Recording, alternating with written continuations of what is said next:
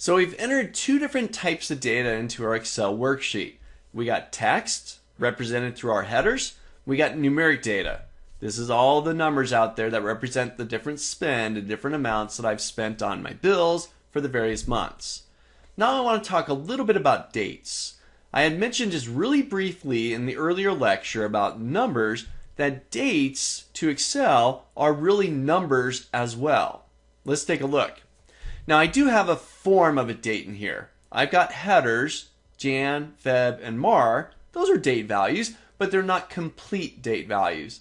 You know what? I want it to say January 2016, February 2016, March 2016. This is really simple to do.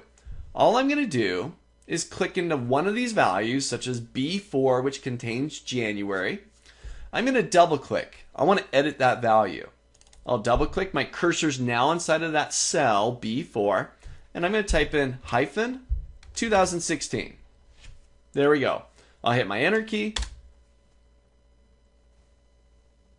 What do you think?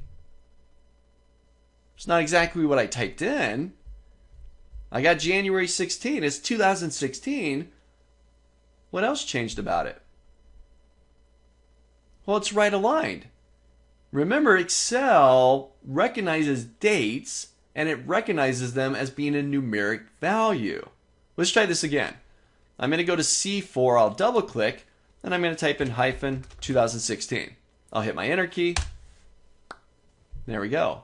I've got a date. Excel is recognizing this as a date, and I can tell because it's right aligning it now, because it treats dates like numeric data. Let's try it one more time. Here comes March, double click, hyphen 2016, hit my enter key, and I've got my Mar 16. Now, this is great. Excel's recognizing it. It's a very smart application. It's doing a lot of the work for me. I didn't have to format it. I just typed it in. It recognized it as a date, and it treats it like a date. But you know what? I wanted to say Jan 2016. Well, you know what? I'm going to select those three cells. I'm just going to left click B4 and drag over to D4. Just grab my three headers. Now, remember, Excel's already done some of the work for us. It recognized it as a date, and it's treating it as a date. But not exactly the way that I really want it to. Although what they've given me is completely fine. We could keep it that way and call it good. But I'd like it to say 2016.